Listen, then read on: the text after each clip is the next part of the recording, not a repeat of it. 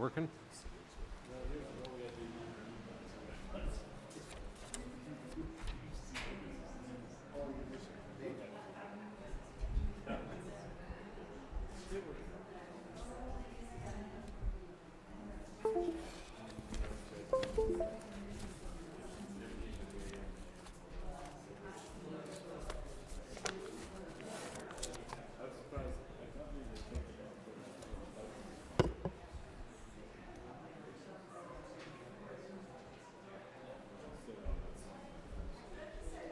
Just having a little technical difficulty before we start.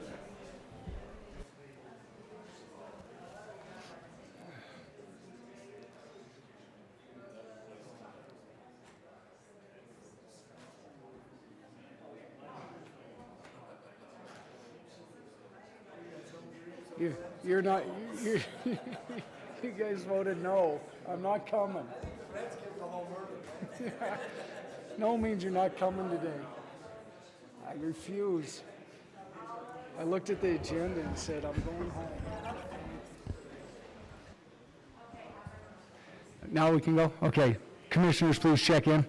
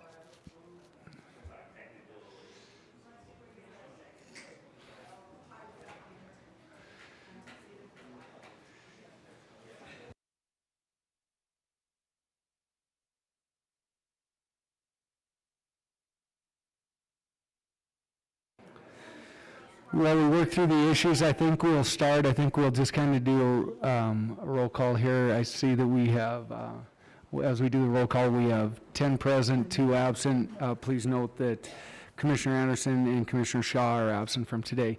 So with that, I'd like to call the Butte-Silver Bowl Council Commissioners regular meeting on Wednesday, August 4th, 2021 to order. We just did the roll call, 10 present, 2 absent. And so with that, I'd like to do the prayer and the pledge. Commissioner Sorge.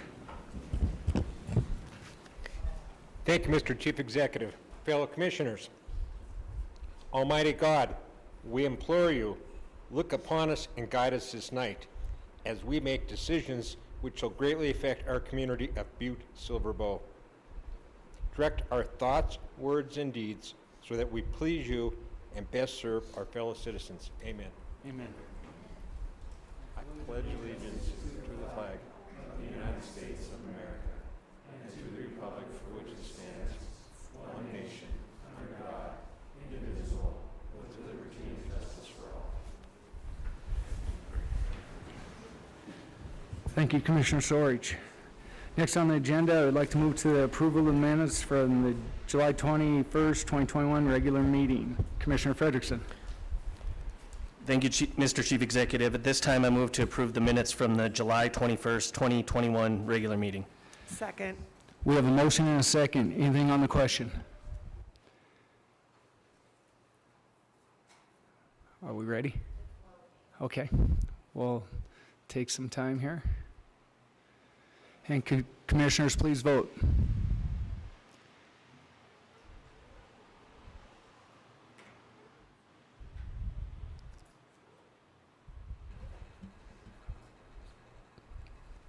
O'Neill, point at this. There we go. And then, would anyone like to change their vote? Clerk, please record the vote. 10 yea, 0 nay. 10 yea, 0 nay, motion passes. Moving on to any items not addressed on the agenda tonight, we do have one item, suspension of the rules. Commissioner Frederickson. Thank you, Mr.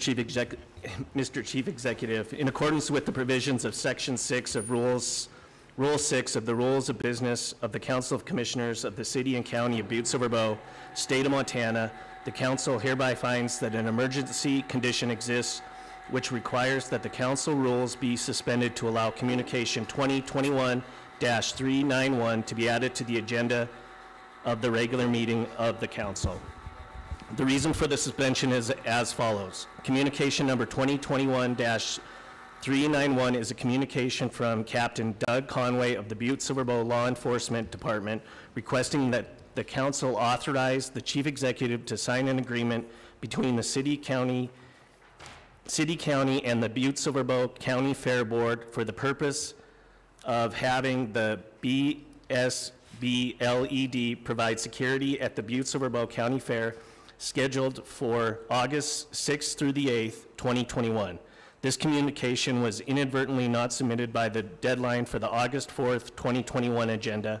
However, in order to allow these services to be performed at the August 6th through 8th Butte-Silver County Fair, Captain Conway is requesting this matter be added to the August 4th, 2021 council agenda.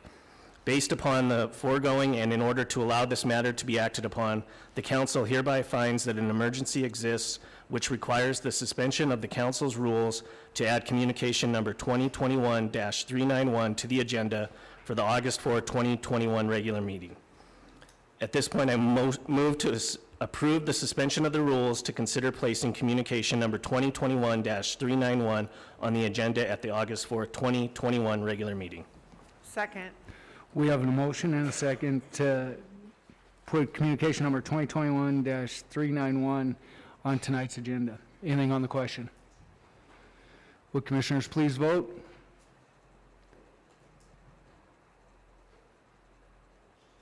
And would anyone like to change their vote? Clerk, please record the vote. 10 yeas, 0 nay. 10 yeas, 0 nay, motion passes. Moving on to the Chief Executive's report, I have a few things that I'll report on tonight. As you see, some of us are moving back to wearing masks.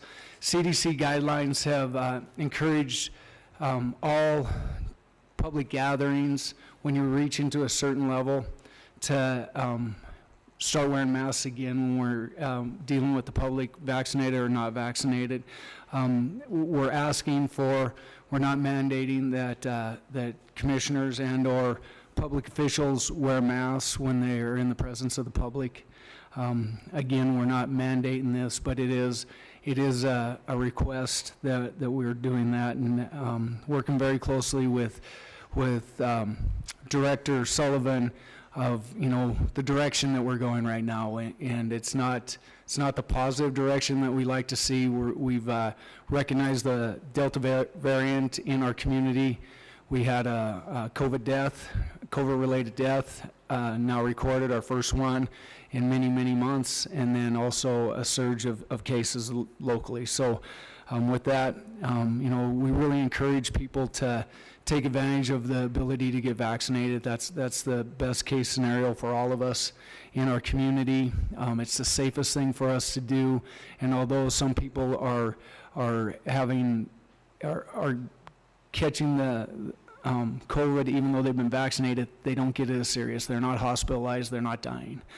So just the facts are out there. We know what works, and we believe in the science. So with that, we'll move on to a couple other issues. As we saw, a real sad ending to the season with the Tommyknockers locally. I take this personally of what happened there. I spent a lot of time working with the Expedition League and trying to make sure we vetted them out and saw what was going on. And one thing I will say is people were enjoying the product that was put on the field. The kids were received within our community. There was entertainment value up there, but from all reports and what we have seen, they didn't treat the kids right. They didn't work with our community very well and the people that were sponsoring them. And so for them to come back in a year, they've got a lot of fence mending to do, and I don't know if they can get there. But I have requested that Expedition League President Steve Wagner come back and present in front of this council and answer the questions that are needed here. So that will happen on the 25th of August. They are going to be doing a presentation here. So again, you know, I take it very personally, and I when that happened, you know, it hit really close to home, and it saddens me that that's the way it worked out. Moving on to the next topic, we've worked very closely with NRDP. They came to us with a request for Butte-Silver Bowl with our Silver Lake resource and water to be able to help them with the low flows that were happening within the Clark Fork. And so we work closely with them and Montana Resources to be able to allow them to have some releases. We did have the water available to them, our industrial use water that we have the right to use, and Montana Resources worked very, very closely with us to allow that to happen. And then you'll have something in front of you today to approve to allow that flow to happen from us. But we started that flow 2 days ago, and not asking for your permission. Montana Resources has the right under MR2 to allow us to call for that water. And so with that ability, they worked with us closely to work with NRDP to allow that flow to start happening on Monday, so that we didn't have 3 more days of low flows going through the Clark Fork. And so we're very proud of that work that we did collaboratively with all 3 parties.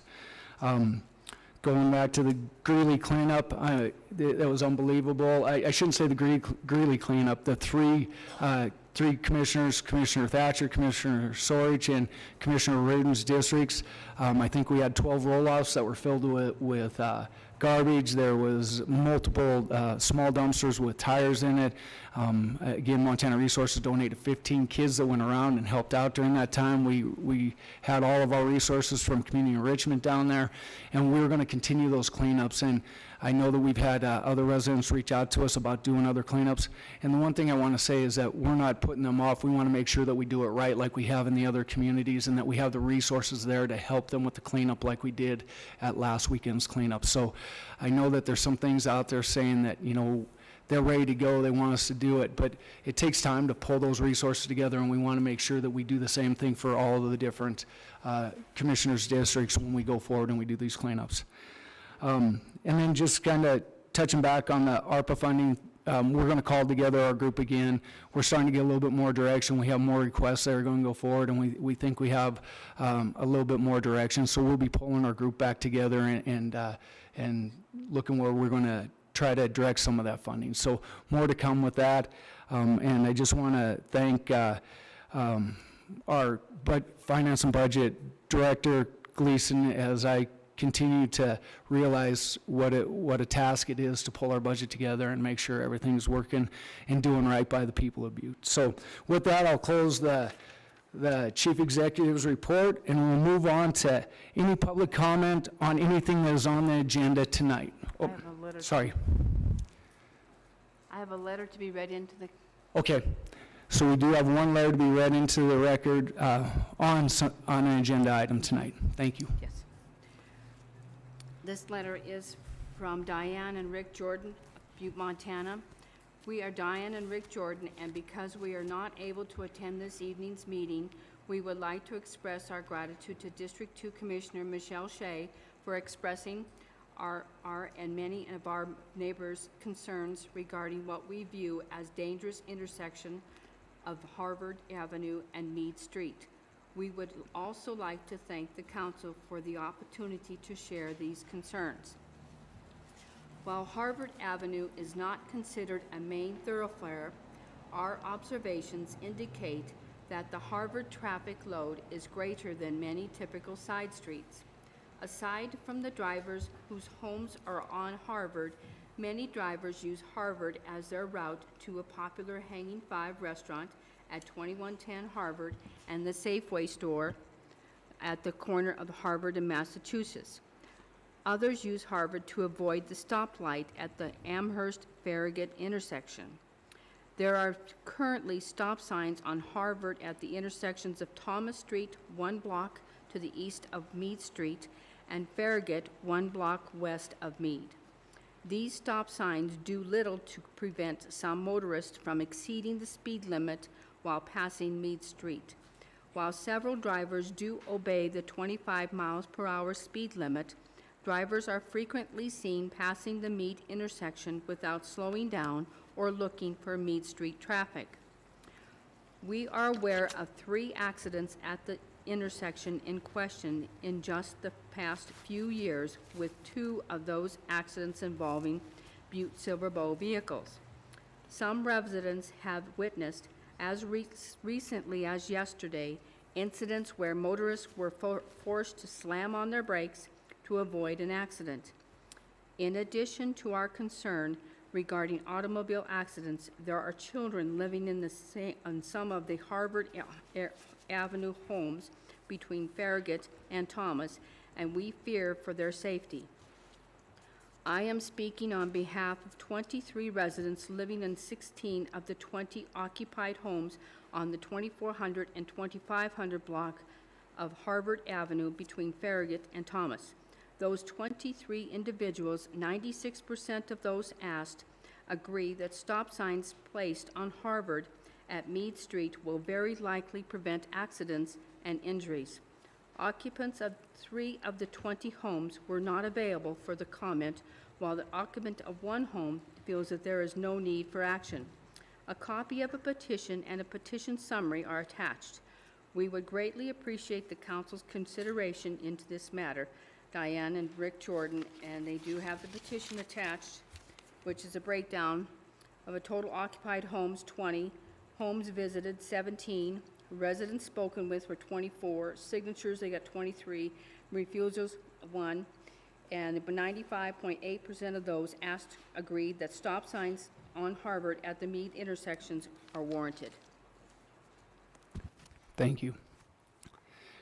And we'll call for any other public comment on any item that is on the agenda tonight. Please come forward and state your name, address, what item that you're speaking on.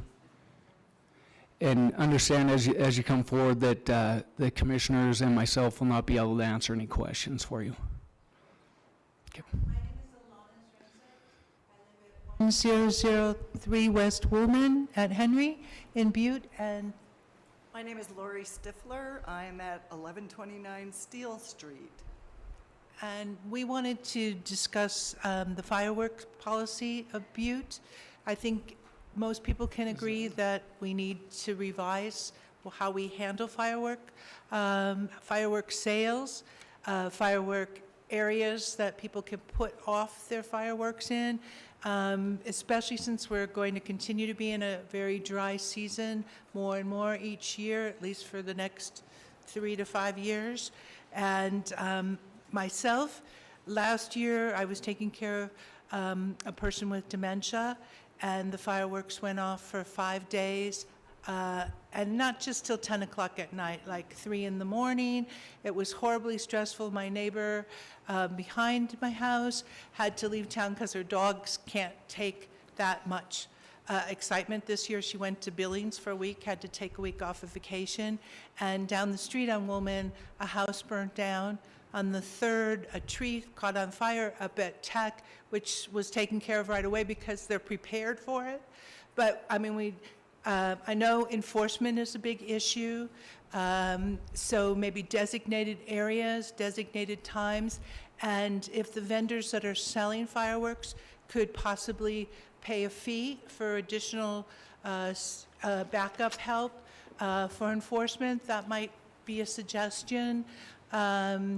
Just overall, it's too much, and there's more people and more fireworks and more dangerous environment. So maybe we could ask that you form a committee, and by the December meeting, come to some consensus about different ideas that could be voted on for new policies for next year. Thank you. And it might be helpful to, put a limit, with the fireworks sales folks as to what they can sell. If they're selling M80s and bottle rockets, I don't know anything about those, maybe they should be limited, because those things are going off at, 1, 2, 3 in the morning. Not okay. Thank you. Thank you. Any other public comment?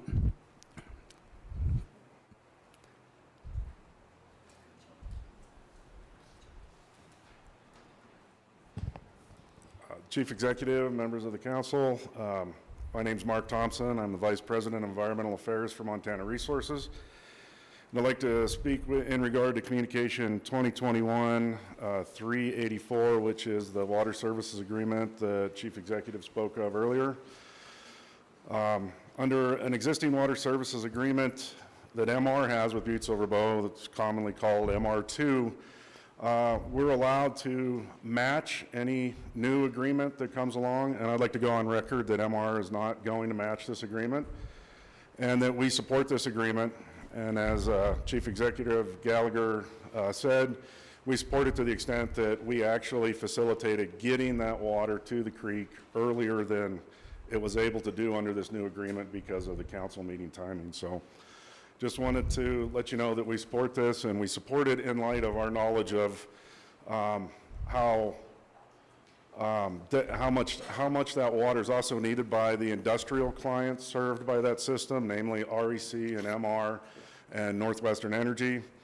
And we think there's plenty of water, and this is a good beneficial use for it. So we hope you pass it as written. Thank you. Thank you, Mr. Thompson. Any other public comment on anything on the agenda tonight? And you can touch the button there. There you go. My name is Linda Trevena. I live at 3475 St. Anne Street. I would like to express the feelings of a lot of people, and why they don't show up, I don't know, but it is deeply appreciated what the commission does. We understand that our government body tries to spend our money in its best way, but could you possibly address the fireworks situation from a standpoint of what it does cost our government? Because the amount of firemen, the amount of policemen, the amount of extra dispatching and everything could maybe be addressed with a shorter time period of doing it, or less explosive items or something, because it is costing Butte-Silver Bow. And it is, you've heard it for years and years, it is a nuisance when it's so excessive. Thank you very much. Thank you. Any other public comment on items on the agenda tonight?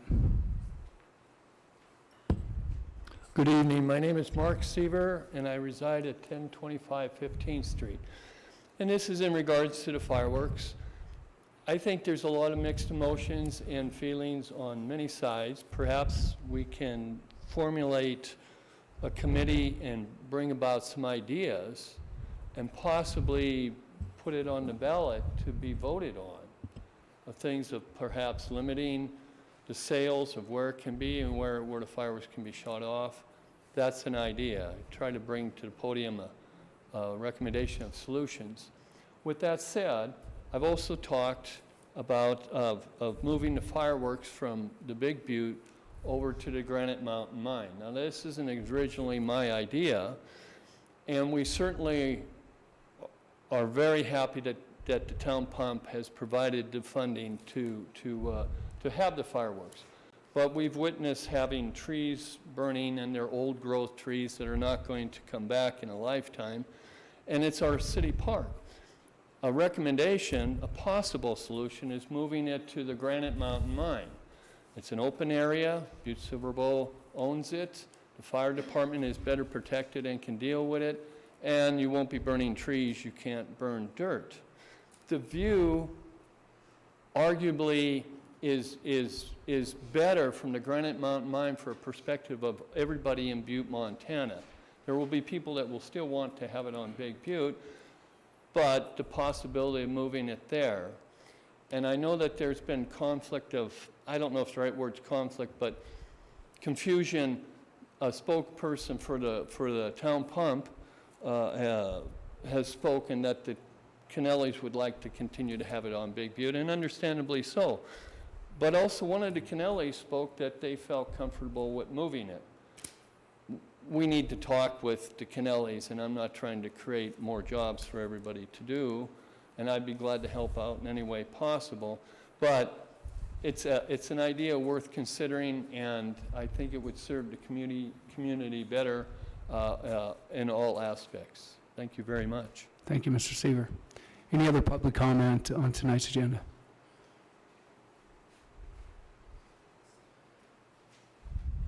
Chief Executive Gallagher, Commissioners, my name is Brian Barkoyak, and I'm with the Montana Natural Resource Damage Program. I'm here to speak on Communication 2021-384. And first, I'd like to thank Butte-Silver Bows and Montana Resources' willingness to work with our program in initiating a release from Silver Lake. I can say that flows last week at the main stem Clark Fork were in the single digits. Very warm water temperatures, so we appreciate the pumps being turned on. We also work very closely with the governor's office, and he's supportive of this effort.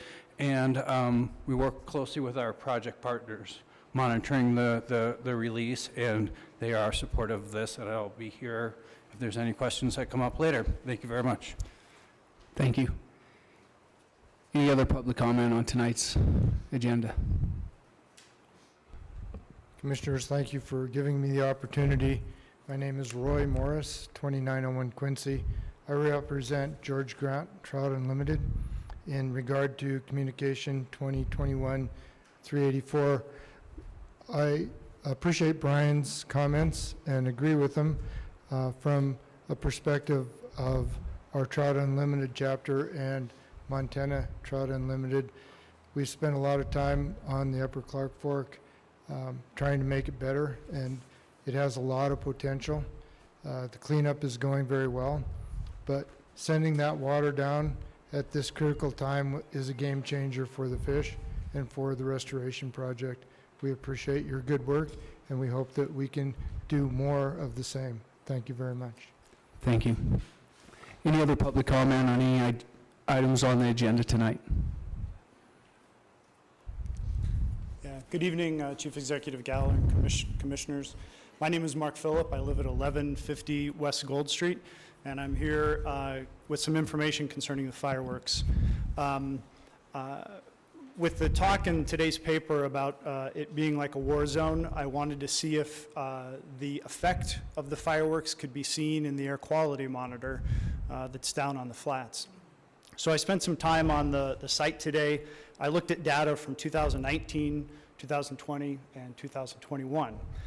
And what I found I thought was kind of astonishing. It supports my feeling that things have accelerated in the community in terms of the extent of the fireworks, the extent of the noise. But for each of those years, the fireworks, starting at the period between 10 and 11 on the night of the 4th, which ironically is more higher levels than the night of the 3rd, but at that 10 to 11, you have an immediate jump from areas that are good to moderate air quality immediately up to hazardous air quality levels. It is above 250 micrograms per cubic meter. On 2019, it jumped to 253. In 2020, it jumped to 265. In 2021, it jumped to 369, only to be surpassed in the next hour, raising to 519, more than 2 times the level that is determined as hazardous air quality. Okay. There are ordinances within, for this county, that deal with air quality control. And the intent of those ordinances is the purpose to achieve and maintain levels of air quality that will protect human health and safety. It defines air contaminant as a dust, fumes, mist, smoke, or any particulate matter, vapor, gas, odorous substances, or any combination thereof. I think fireworks smoke, with it being smoke and also a fume, there are metals, there are minerals in there that develop the colors that are in that smoke that is present following the fireworks. There are air quality categories that exist. There's good, there's poor, and there's alert level. Those are based on an 8-hour average. Because of that 8-hour rolling average and because of the very high hazardous levels of air quality that are present, you're having 10 to 12 hours of a period of time where you are well above the alert level of air quality in the county as a result of the fireworks that are being used. So from my understanding of what was in the paper today, there's a talk of a commission or a committee to be set up to study this based upon the aspects of air quality that occur following the release of fireworks. I think along with concerns with noise and other aspects, I think it is more than valid to set up such a committee and to have that investigation take place. Thank you very much. Thank you. Any other public comment on any item on the agenda tonight?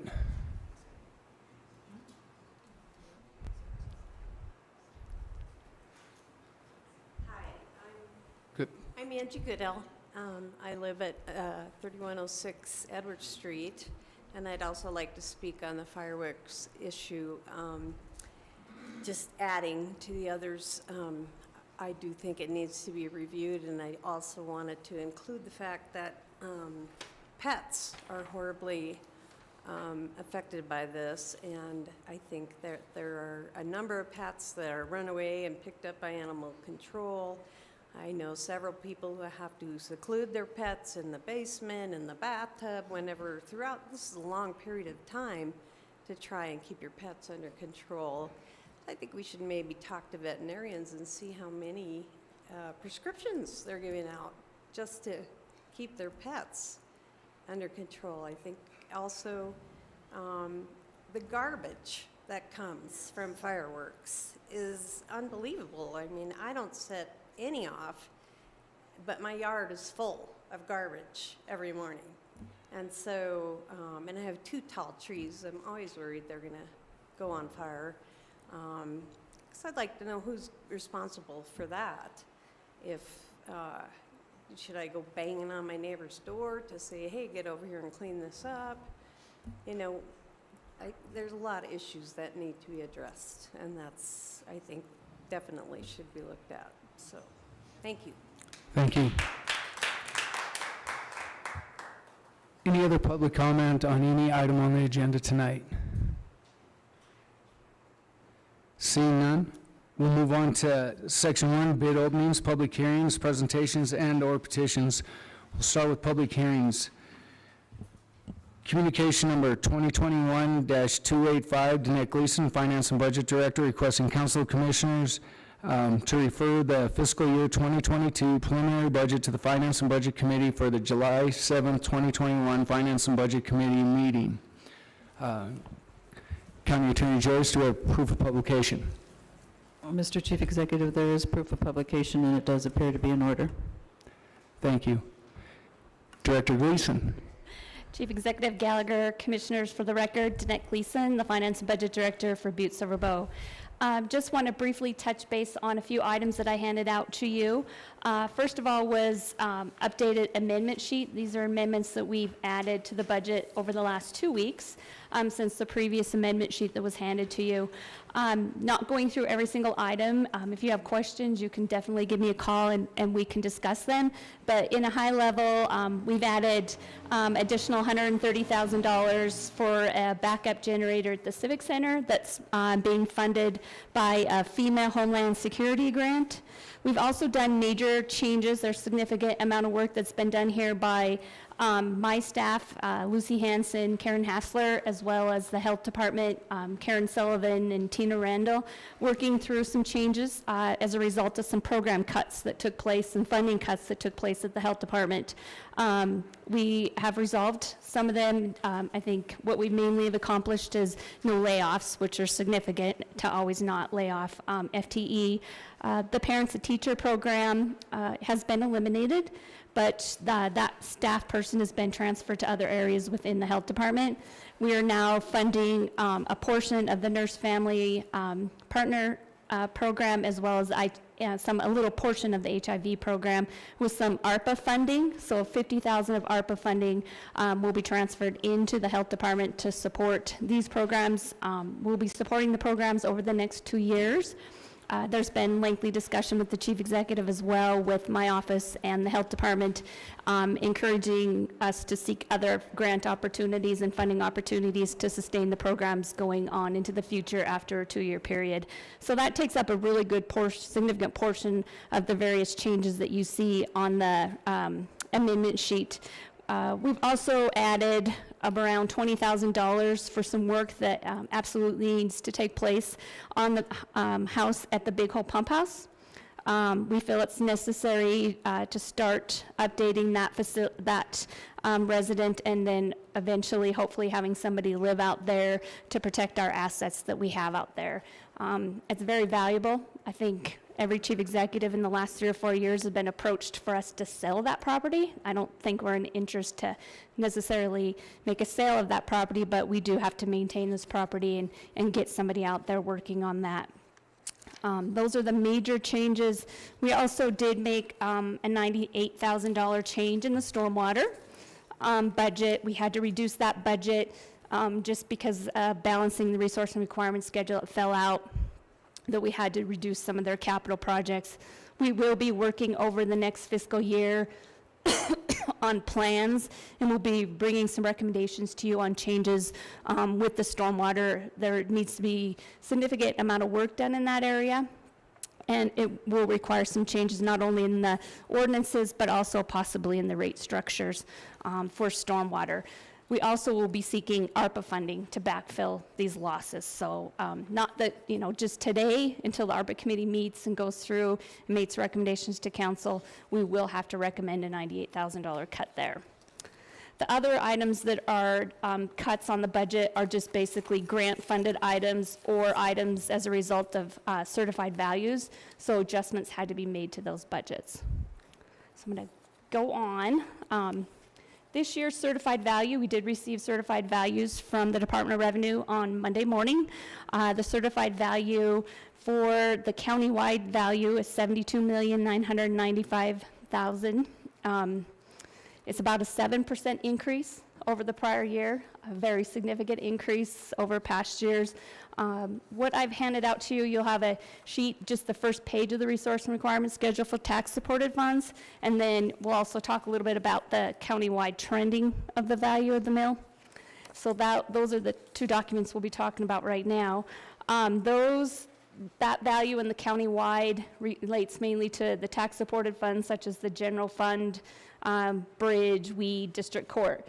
The urban fund at the second one is a value of $63,369,000. That is the fire service district. So our fire service district is a smaller area than what our countywide mill is.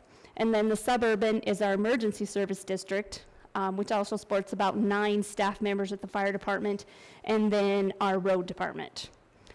The resource and requirement schedule before you shows that we'll be levying 400 mills. That's down from 415 mills from last year.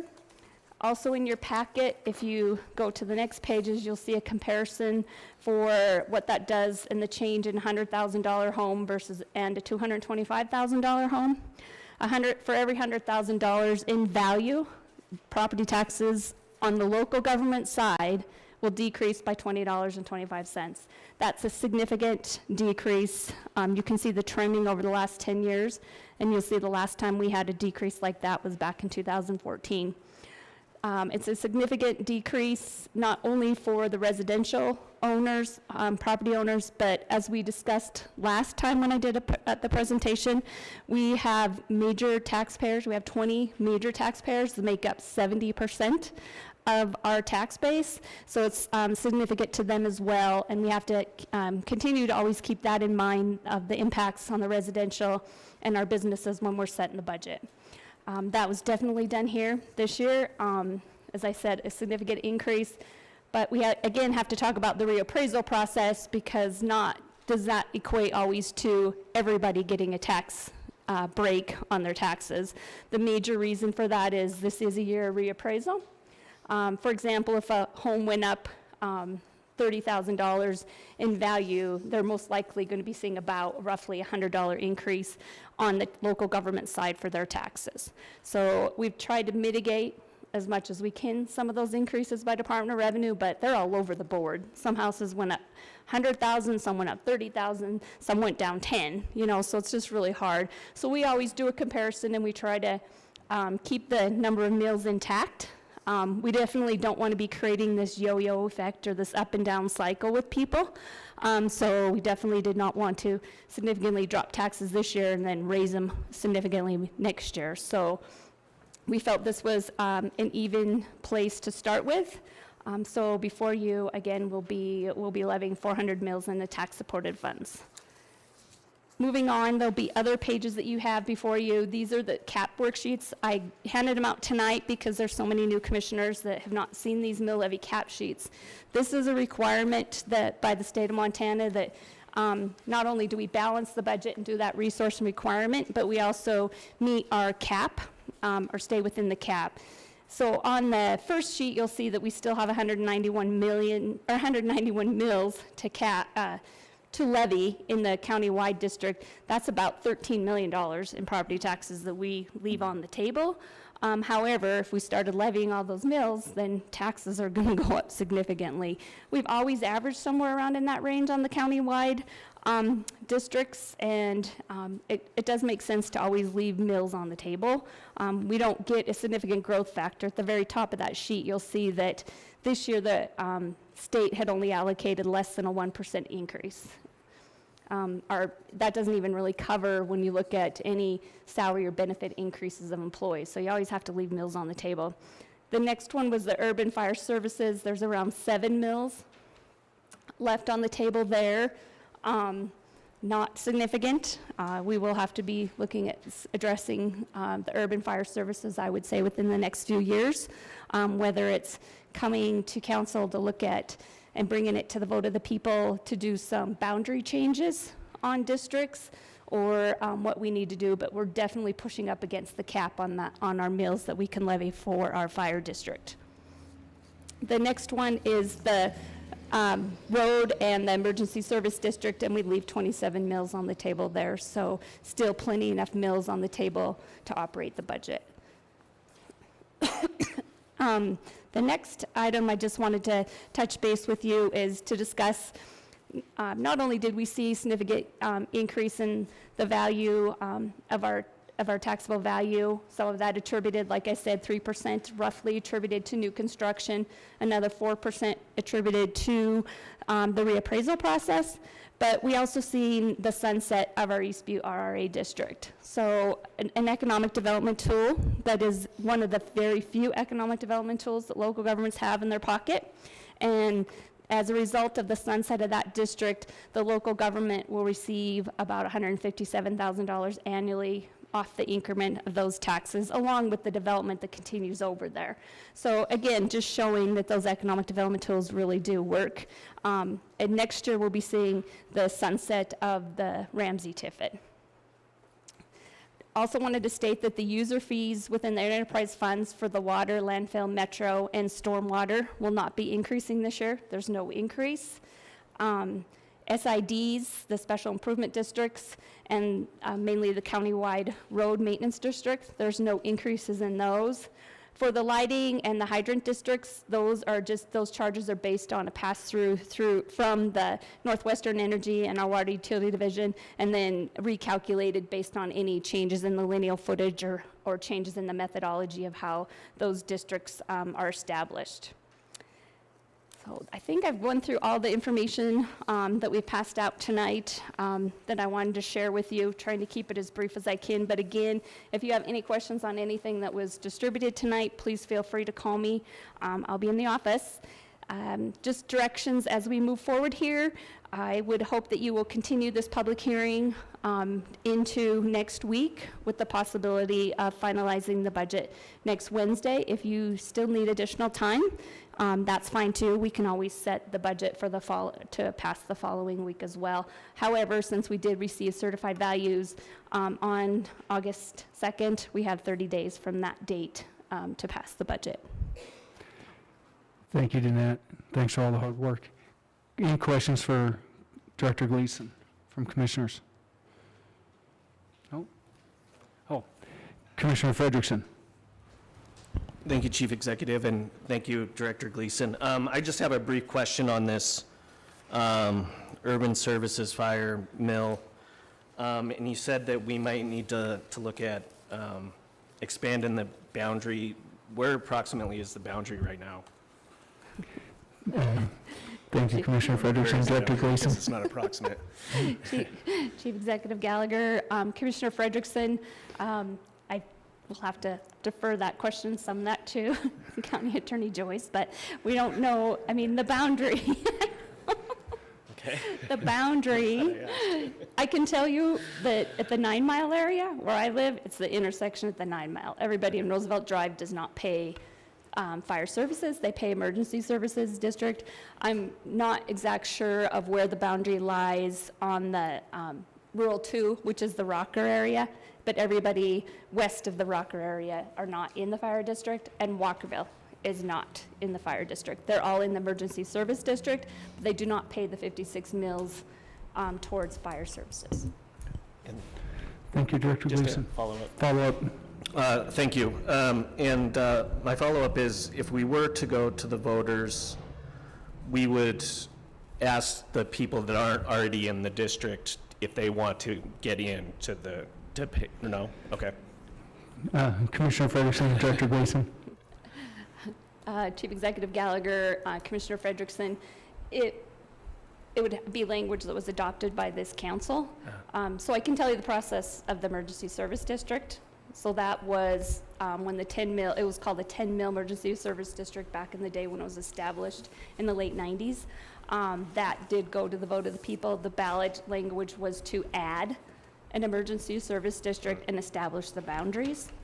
I think, I haven't done a lot of research on this. We'd have to really work on this to know exactly how it would play out. But there's a possibility that if we expanded the one boundary, the fire services boundary, to encompass the whole county, we wouldn't have to be assessing an emergency service district as well. We would have one fire district instead of having the two separate. Because right now, where you live, you pay emergency service and fire service. Okay. Thank you, Director Gleason. Commissioner O'Neill. Thank you, Chief Executive. Danette, thanks for all your hard work, too. Question on that, if there was a fire past that, our fire department, they would go there and put the fire out, correct? So in theory, they should pay that fee, right? Is that fair to say? Thank you. Commissioner O'Neill, Director Gleason. Chief Executive Gallagher, Commissioner O'Neill. Yes, exactly. They don't stop at a boundary line. They go to all those areas. And that was part of the reason for doing the emergency service 10 mil district, is that even the number of rescue calls that we're seeing at that time were more significant in those rural areas and more costly because of the travel and the time and the fuel and whatnot to get to those areas, the cost. So that's why the original 10 mills was added in. And I think there becomes a time, we have needs for equipment, manpower, we're spreading out more, we're seeing more development even since the 10 mills in the late 90s was approved, more significant development in those rural areas that are stressing the fire department.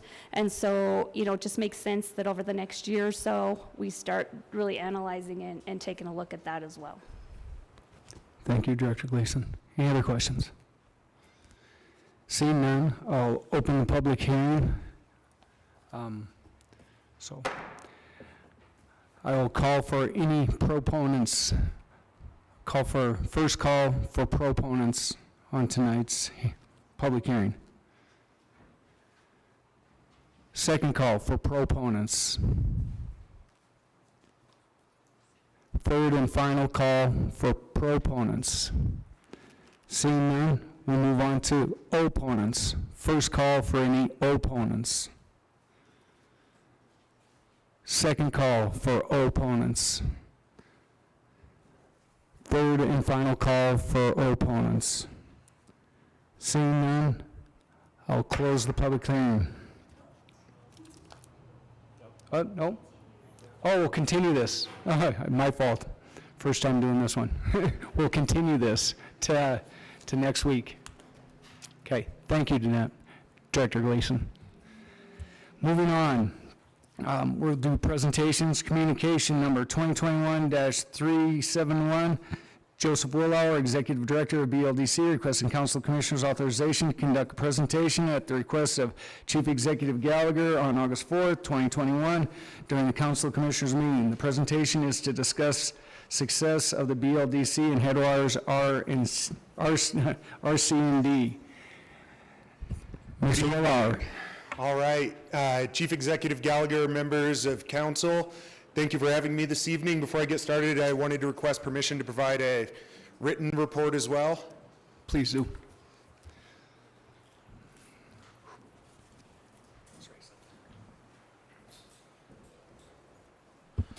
All right, so my name is Joe Willauer. I'm the Executive Director of the Butte Local Development Corporation, as well as Headwaters RC&D. We are the two economic development organizations serving Butte, and on the Headwaters side, a 7-county region, including Butte-Silver Bow, covering southwestern Montana. We received the request to come present to you on what we've been up to about a week ago Monday, and we didn't waste any time getting on the agenda. So from what I understand, we get to be first. So the support we get from you guys is integral to our success. The first thing I'd like to say is thank you. We couldn't do the jobs we do without the help of the city, county. We've got a team that's committed to being able to do these things for Butte-Silver Bow, and then on the Headwaters side throughout the region. We've got one team member with us tonight. I get to stand up and do all the talking, but it really is because we have a group of people that are passionate about what they do, fill different roles, and are able to accomplish some really big things. With my report, there's a lot packed into these 2 pages. I know you guys have a full meeting after me, so I'm going to try to go pretty quickly. Those who are on the Economic Development Subcommittee know that I have no problem talking. So if you have any questions, feel free to ask them at the end, and if you have any follow-ups on your drive home tonight, feel free to shoot me an email. So the first one I wanted to go over is in the fall of 2017, Headwaters and the BLDC entered into a joint venture, which put me in the position of executive director serving both organizations. It was developed to be able to combine resources, eliminate waste, and provide better service for Butte and the surrounding counties. It's worked out really dang well during that time. At the beginning of July, we extended it out and continue to operate under that joint venture system. What it's allowed us to do is been able to put more staff onto projects, which of course bodes well for everyone. When I began at the organizations, we had 4 on one team and 5 on the other. We're up to a staff of 11 now. And a lot of the bigger things you see us take on are allowed because we have more people to help. It's complicated in terms of the structure. It's pretty simple in terms of us getting our jobs done. I wanted to provide a brief background on the programs we have to offer. So on the BLDC side, the BLDC has long been the lead economic development organization for the community. We do business recruitment, business retention, small business loans, business technical assistance.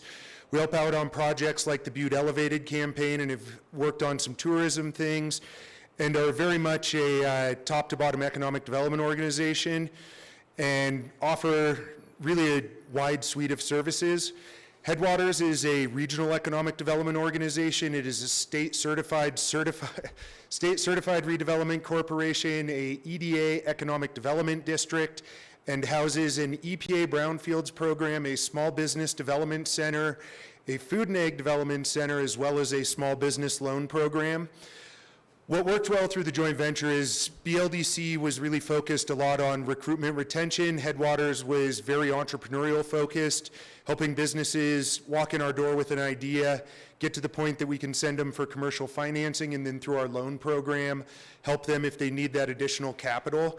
And so we fit really well together as 2 gears that were doing similar work, but not overlapping work. And anywhere there were overlaps, we were able to eliminate those and have been able to work together to provide, frankly, what's a suite of services that wouldn't exist in the community otherwise. Since we just got this request, the snapshot I provided is a 1-year window on the first 2 pages, and then we just launched our membership drive, so I included a couple pages from that shows several years of the work we've done on the BLDC side. So in the past year, between Headwaters and the BLDC, we brought in $306,000 of grant funding to businesses, as well as Butte-Silver Bow. through state and federal grants. Those look like a variety of projects. We have very small ones out in the rural parts of the county. One's a $7,000 grant for a business in Melrose to expand their online presence and drive more business that way.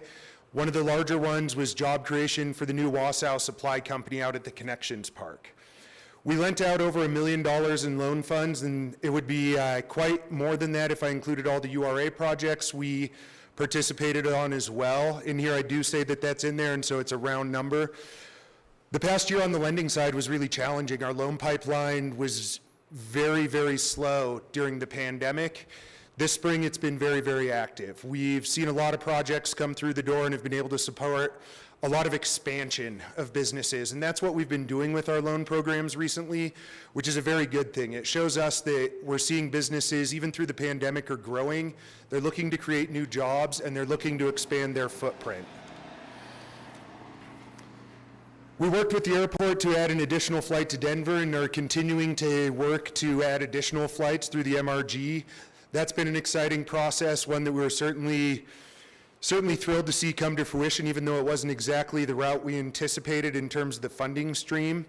We did successfully cite 3 businesses through our partnership with Kristen and Karen out at the Connections Park. That would be Wausau Supply Co., Foothold, the high-performance home manufacturing company, as well as Murdoch's Distribution Center, and continue to have an unbelievable, unprecedented amount of leads that are looking out there. I know everyone I see on the Economic Development Subcommittee is probably tired of hearing me talk about them, but it's about every third week a different lead comes in the door, ranging from very small companies that are looking at around 10 jobs to large companies that at full build out would be around 1,000 jobs. It's a challenging process in business recruitment. We certainly don't land a high percentage of those companies that reach out, nor does any community. But what we like to see is that we're on the map. We're getting more leads than we ever have, and thanks to the work out at the TIF and the partnership with the city, that stuff is very much on the map. We worked with the Uptown Master Plan. We wrote a grant that helped get some funding. We've been serving on the steering committee. We're very excited to see that project moving forward. So Taylor, that's with us this evening, is our small business advisor. And thanks to the work through SBDC and the Food and Ag Center on the Headwaters side, and the BLDC, we've hosted over 74 events and trainings. If you follow us on social media, you'll see about once a week a different training or events coming out. And those are all derived to benefit small businesses. It could be QuickBooks training, social media marketing, specialized things for value-added ag producers. And one of the fun things about that is we're able to tailor our trainings to the demand of business. So when businesses call us, they say, you know, we've got this issue, we hear from 2 or 3 others, we bring in a subject matter expert and deliver it for the businesses, which is really what we're about. We're very much business facing. With our business assistance programs, largely on the Headwaters side, we provided over 700 hours of technical assistance to businesses. So that's meeting with clients, going over financials, going over business plans, writing grants, you name it. Held over 250 one-on-one client meetings during that time. And our SBDC alone has been responsible for a capital infusion into the county of over $600,000. One of our newer programs is the Epa Brownfields Program. We've done a number of projects in Butte. In the last 2 years, we've done 2 of them. And I'll go into a little more detail about the fun, exciting one that I get to share with you guys. And then hosted over 10 site visits, both in person and digitally, with businesses that were looking to locate and expand in our community. So those of you that get to hear from me more regularly know I usually have to be tight-lipped about what we're working on.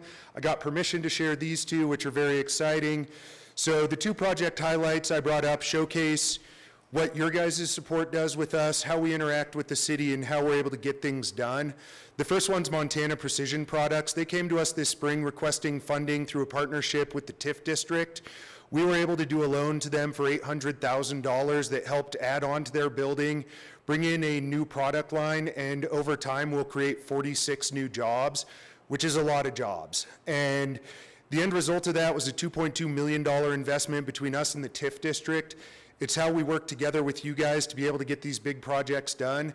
And that level of job creation, I mean, that's just more people that can buy cars, houses, and all the things that we want to see, not as much on the economic development side as much as on the economic activity side. The other one that you will see in the press a lot here shortly, once I can walk down the street from our office and buy a Blizzard, is the new Uptown Dairy Queen.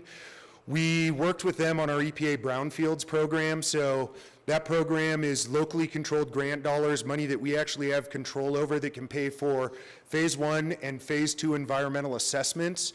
The developer came to us. If you remember what that property looked like before the shiny new building that was there, it was, as our friends at DEQ like to say, underutilized. It was an old car building. There was tires and junk all over the place. There was potential for petroleum leaks. We were able to pay for the Phase 1, Phase 2 EA, ensure that the property was clean, which led to the new Dairy Queen, which is very, very exciting for us.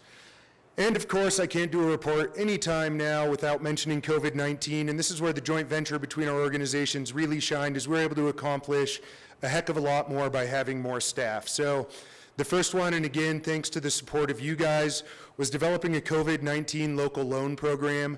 We deployed 19 loans to small businesses in the community. It happened about 6 weeks after the mandatory shutdowns, and frankly, these are business owners that were scared. They were nervous about the future of their business. They were nervous about their employees, and they didn't know what was going on, just like everyone else. These loans were deployed at this point. 18 of the 19 loans are in repayment. We have one that we're working on to get cleaned up, but it's been an incredibly successful program. When we launched this, if you would have asked me what our success rate would have been, I would have guessed probably in the 75 to 80%, simply because of the unprecedented times with COVID, and we're well past that.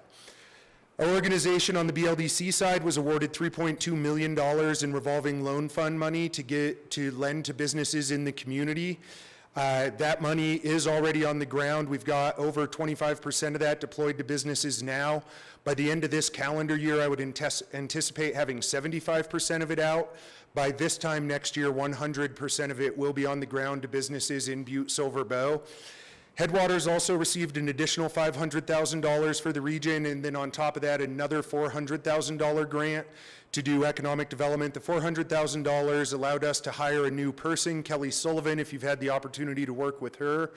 She did our SEDS COVID update, and EDA just released $3 billion of grant funding for the country.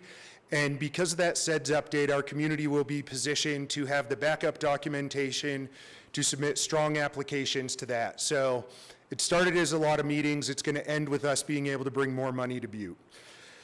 We launched the Believe in Butte and the Building Butte campaigns during the pandemic as a way to engage the community and keep community spirits high.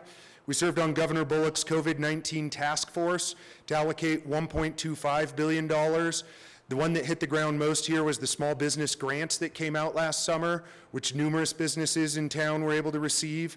We provided technical assistance on every SBA product you saw in the news: PPP, EIDL, shuttered venues, restaurant revitalization, and a litany of other programs. And then we worked on community-based initiatives on an as-needed basis. So with that, I'm happy to answer any questions you guys may have for me. Thank you, Joe. And I just want to comment on it. You know, our economic development team, BLDC, our local economic development team, you know, working together, you get to see really how teamwork works. And I've got to see some partnerships that when businesses come to Butte, they comment how well we work together, and it's something to see that they comment whether we land them or not, how well they're received, how much teamwork there goes into it, and that, you know, we're embracing of them when they're coming in. Now, do we land them all? No, we don't, but, you know, they know that they're welcome into our community, and so thank you for that. So with that, I'll open up for any questions. Commissioner Fisher. Thank you, Chief Executive Gallagher. Thank you, Joe. I appreciate your presentation. I see there's a lot of hard work went into many things. The Montana Precision Products, Uptown Dairy Queen. Hold on. Sorry. Thank you. And the Uptown Dairy Queen. We as commissioners, you know, we're on a little different page than the BLDC, and what the work Karen and Kristen are doing is amazing. The number one thing I hear as a commissioner, I think most here, is what about retail? When are we going to get a department store? When are we going to get a grocery store? When are we going to find out what's going on in the Butte Plaza Mall? When are we going to find out what's going on with Kmart? The word on the street is there's activity. is your group or any group involved in that, or is we not able to talk about it? Thank you. Chief Executive Gallagher, Commissioner Fisher, yes, we can't provide business names. That's one we're hard and fast on. That's the quickest way for us to see deals die. We keep that information confidential to a fault. When FCR chose to site here, gosh, 3 years ago, we knew they were going to come. I found out about it on a Saturday on their Facebook post, that it was formal, done deal. That's how serious we take those things. That being said, retail, of course, is a challenging one. I know you hear about it a lot. I know we hear about it a lot.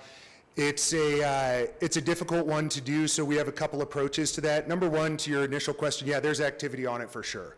We're having conversations with retailers right now in a variety of different retail sectors, from entertainment to more of your traditional retail. It is it's a hard one. What we are seeing is success because the URD, the new URD that went in on South Harrison, has grabbed a lot of attention to developers. We actually met with a retail developer last week, which is what Chief Executive Gallagher alluded to, and the mindset that we hear in those things is, wow, you guys actually want us here. And it happens every single meeting we have. And I think it's unique to our community, the ability to bring the whole team together and say, yeah, we want that project here. We're not going to have picket lines out there saying, no, we don't want this grocery store coming to town. We don't want this happening here. That welcoming side is different. Long term, I would anticipate us seeing new retail within 2 years, if I were to guess. The other component for us is the job creation side. So as we create more jobs, as salaries increase for employees, then that's more money for them to spend locally. We always encourage people to spend that money here and not travel out of town.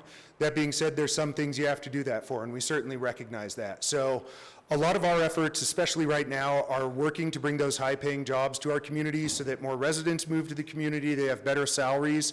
And then as retailers track those items, they can say, oh yeah, you know, population increased, average salary increased. This is a community we need to put a new store in. Follow-up, Commissioner Fisher. Thank you, Chief Gallagher. Joe, I appreciate that. I did notice in the check run this week that whether it was the TED on South Harrison or the UDA, they put a portion of funds together to put a roof on the Kmart building. And I do know the realtor that is handling the Kmart building. So, not being derogatory, but 2 years is unsatisfactory for Butte people to say that we won't have retail business in Butte for 2 years. That's unsatisfactory to the public of Butte and the community of Butte, and I think we've got to center our efforts on getting a department store and getting another grocery store in Butte. And I know you stated that that's the hardest part of anything. Well, that is the hardest part of anything, but if it was easy, everyone would be doing it. So I would like to see more efforts go to getting them buildings filled and a little more pressure put on the people that own the trusts that have the Butte Plaza Mall. This is just my opinion, and this is what I hear from my people, and I'm just the messenger. So if we could somehow get your organization to put a little more aggressiveness into maybe getting a retail store and a department store. I mean, department store, women love department stores, and whenever anyone wants to come to town and they see the shopping we got, it's a deterrent. It's a bigger deterrent than the Berkeley Pit and the Superfund sites in my mind. So I appreciate all you do. I look forward to working in the future, and I hope you'll take some of my comments and go to work. Thank you, Joe. Thank you, Commissioner Fisher. Chief Executive Gallagher, Commissioner Fisher, I agree. I always try to be conservative with estimates for you guys. The last thing I'm going to do is come blow smoke at you guys and promise something that we can't deliver. We had engaged Buxton last year, which frankly was a huge disappointment given the pandemic. No responses ranged from one got back to us in about 5 minutes, some of them took several days. It was incredibly frustrating because we get the same comments you do, and I'm with you on the same page of actively going after retail because it's a huge gap in our community. That was definitely a learning experience. That being said, we do have a good list of contacts. We're continuously reaching out to them, and we're going to continue to. And you hit the nail on the head. When it comes to especially the big box development on the South Harrison district, you have to have landowners that are willing to play ball. And that is a critical component to success in that. And with what we've seen through the pandemic with property values increasing and those things, it's a different landscape on that side of things than what we experienced even, 17 months ago. Thanks, Joe. Any other questions by commissioners? Commissioner Shea. Thank you, Mr. Chief Executive. I don't really have a question, more of a comment. It's been a real honor to serve as the chairman of the Economic Development Committee meeting and to be able to participate with the Economic Development team. And I can say with, out of doubt, this community, our economic development agencies work really well as a team. There isn't a single ego at any of those meetings. Everybody is there to support everybody else. Nobody cares who gets the credit for anything. And I just want to say that you're all doing a fabulous job, and I'm so proud of you. Thank you. Thank you, Commissioner Shea. Any other questions by commissioners? Seeing none, Joe, thank you for your presentation tonight. Thank you. Moving on to petitions. Petition number 2021-02, Lori Casey, Plan Director, a petition to close and vacate a portion of South Wyoming Street between East Park Street and East Galena has been filed with the Land Records Office of Planning Department and will be provided for the work within ordinance number 362. Lori's not here, so do I hold this? Okay, so we'll just refer to Public Works. Okay, moving on to the consent agenda. Sometimes these are new things for me. All right. Section 1 consent agenda. Section A, 1 through 4, and Section B, 1 through 22. Do we have any friendly amendments or segregations? Commissioner Shea. Thank you, Mr. Chief Executive. I would like to segregate number 20, Communication 2021-388. So that's communication number 20, so it's number 2021-388. Any other segregations? Seeing none. Commissioner Frederickson. Thank you, Mr. Chief Executive. I move to approve Section 2 of the consent agenda, A, 1 through 4, and B, 1 through 23, with the exceptions of communication number 20, communication 2021-388. We have a motion? Second. Okay, we have a motion and a second. Anything on the question? Forgot Bill wasn't here. Could commissioners please vote?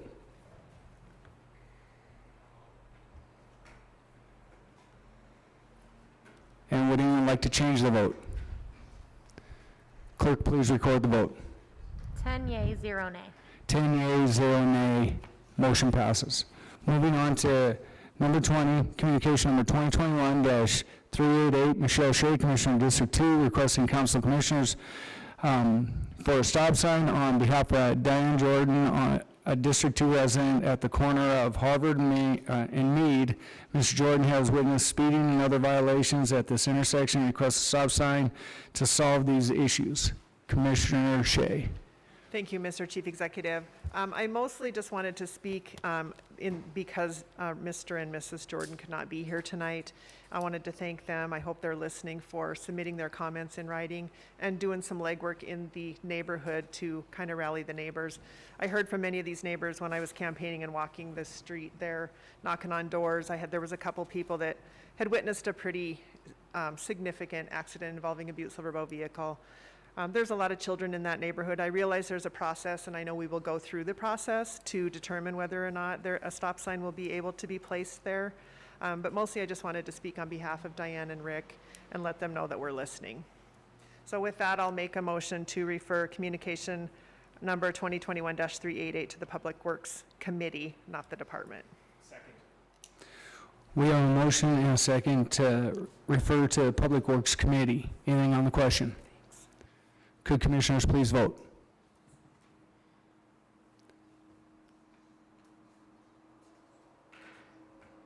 And would anyone like to change their vote?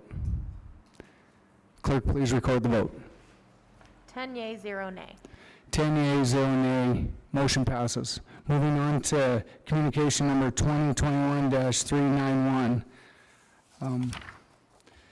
Communication is from Captain Doug Conway for Butte-Silver Bow Law Enforcement Department, BSBLED, requesting the council authorize chief executive to sign an agreement between city and county Butte-Silver Bow, County Fair for the purpose of having the LED provide security for Butte-Silver Bowl County Fair scheduled for August 6th through 8th, 2021.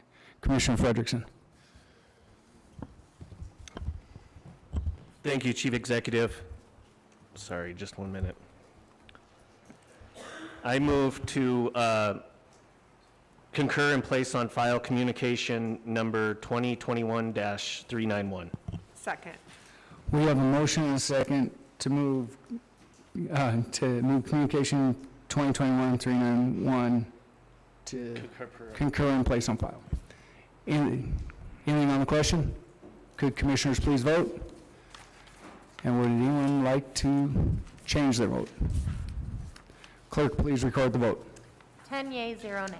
10 yeas, 0 nay, motion passes. Moving on to Section 2, ordinances and resolutions introduced to the judiciary. Number 1, resolution number 2021-25, a resolution authorizing and approving the transfer of real property described in lots 20 and west 14-5 of lot 21 of block 6 of the Smith and Kessler addition located at 7 West Agate Street, parcel number 323-400 in the city, county of Butte-Silver Bow, Montana, to Amy Klein in accordance with the provisions of the Butte-Silver Bow Municipal Code and providing for the effective dates herein. Commissioner Frederickson. What's that? Oh, we'll refer just to the judiciary. Thank you for that. All right. So moving on to any public comment that is not on the agenda tonight. Seeing none, I want to move on to the calendar and other events. Please note all of the calendar meetings that are scheduled in the coming month. And with that, I will take a motion to adjourn. Second. We have a motion and a second. All in favor, say aye. All opposed? Motion passes. Thank you all.